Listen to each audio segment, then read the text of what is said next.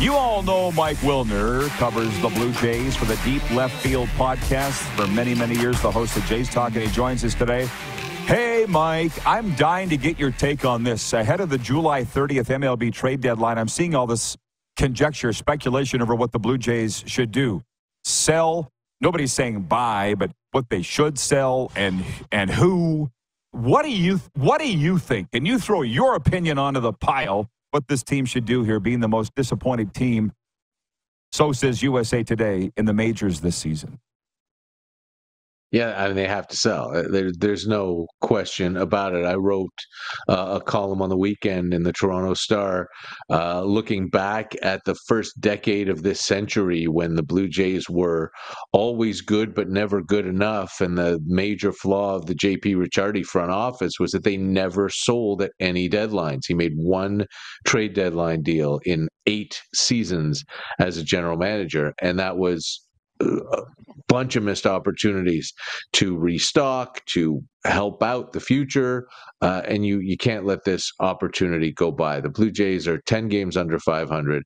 They need an absolute miracle to make the postseason, and the only rational course of action is to send away the players who are on expiring contracts who might have value to other teams.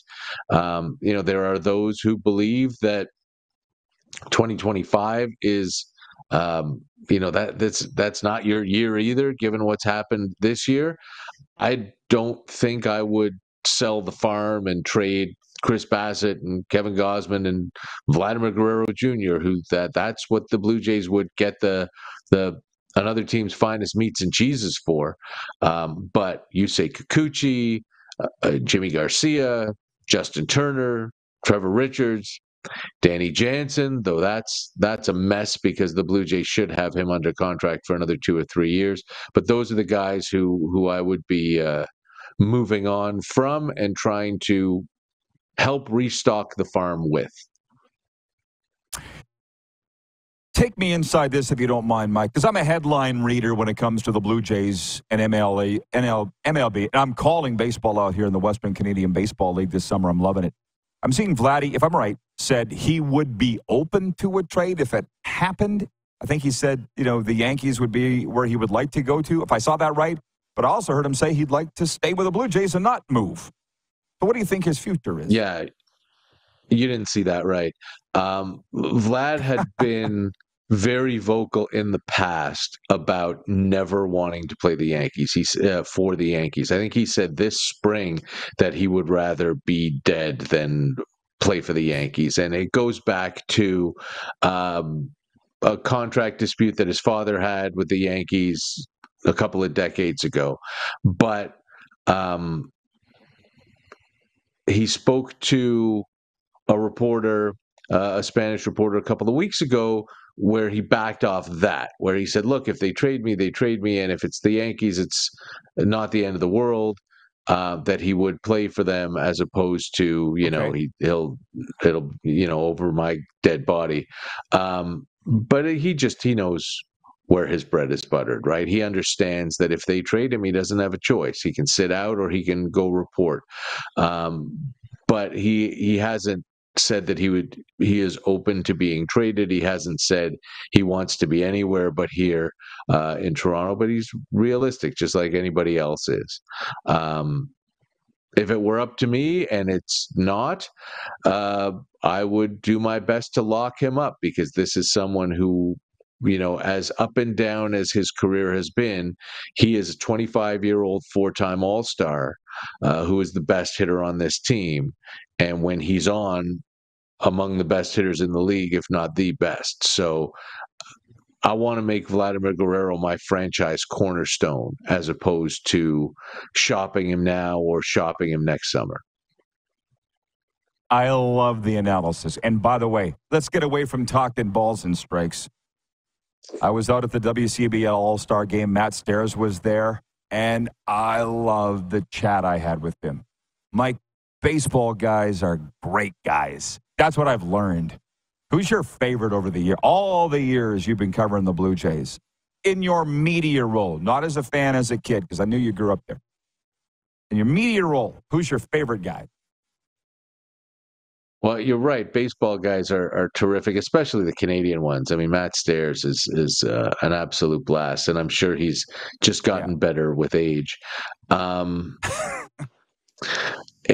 Picking one is like next to impossible. I've been covering this team for 36 years. You don't have to pick one. It's whoever comes to mind. The first one who comes to mind is John McDonald.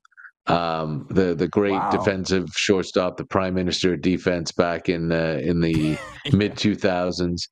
But just because John McDonald did something that no player has ever done before or since, and that I would never have expected any other player to do, and it was a midweek day game. It was a 12:30 start, and back then on the radio, I would have a pregame show for midweek day games. It wasn't our typical network pregame. It was just my thing for half an hour from 12 to 12:30. So I would have a guest for the first segment, then a break, and then a guest for the second segment. And I had lined up an interview with John McDonald before the game. And he said, yeah, I just have to go take some ground balls, and then I'll come right back. And this was like 10 to 11. He went out to take some grounders before the game. He wasn't playing. He wasn't in the lineup that day. And it got to be like 11:30 and he's still taking ground balls. And, I'm on the air at noon and it's 11:40 and he's still taking ground balls. And I'm thinking, all right, well, what kind of time do I have to do this interview, then give it to the producer, turn it around, all that stuff, and get it on the air? And it's 11:45 and he's still taking ground balls. And I'm sitting in the dugout waiting. And I'm like, I can't do this now. I'll be, we got to get the show on, right? Because as you know, it doesn't matter whether you're ready to go on the air or not. It matters whether it's 12 o'clock or not. And that's when you start. So I was scrambling. I went upstairs. I started the show. I had my first segment done. And then when I took the break, I thought, okay, I'll go back into the press box and I'll just grab somebody. I'll find a guest. And I go back into the press box and I'm looking around and I ask, I think it was Dave Perkins of the Toronto Star, the legendary sports writer. And he said, sure, yeah, I'll talk to you for 5 minutes. And we're walking back into the broadcast booth. And as we're walking to the broadcast booth, I see John McDonald in full uniform 10 minutes before first pitch, walking into the broadcast booth. And he was there and he said, sorry, we ran long. I knew you wanted to talk. Is it okay if we do it now here live in the booth? No one's ever done anything like that. I would never expect or think or dream that anyone would do anything like that. But that was just another piece of who John McDonald is and what a phenomenal, thoughtful, caring human being he is. Like it's a wild story. And I don't know that people listening understand the level of just how out of the box that is. But that's there you go. That's the story. He didn't want to let you down. But just down from the ballpark here at Ross Wells Park is a 7-Eleven. And on National Slurpee Day earlier this month, I was in there to get a Slurpee. There was 4 players. I'm like, the game's in less than an hour, guys. They're getting Slurpees.